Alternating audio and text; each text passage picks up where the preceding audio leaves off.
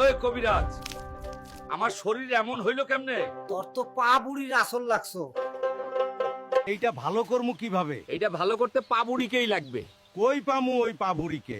মধুপুর জঙ্গলে গেলেই দেখা পাবি। কই রে পাবুড়ি, তুই কোথায়? সামনে আয়।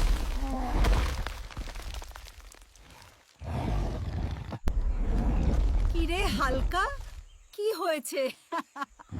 আমার শরীরে এসব কি? ভালো করে দেখ। আমি ভালো করে দিতে পারি যদি তুই আমার নাতিকে ব্যাং রাজার কাছ থেকে মুক্ত করে এনে দেস। ঠিক আছে, আমি তোর নাতিকে মুক্ত করে এনে দিব, কিন্তু তুই যেন বেইমানি না করস। ব্যাং রাজা, আমি আইতাছি বুড়ির নাতিকে মুক্ত করতে। আজ আর কেউ আমাকে আটকাতে পারবো না। সরে যা তোরা, আজকে কেউ আমাকে আটকাতে পারবো না। ওই ব্যাং রানী, পা বুড়ির নাতিকে ফেরত দে, নয়তো তোর খবর আছে।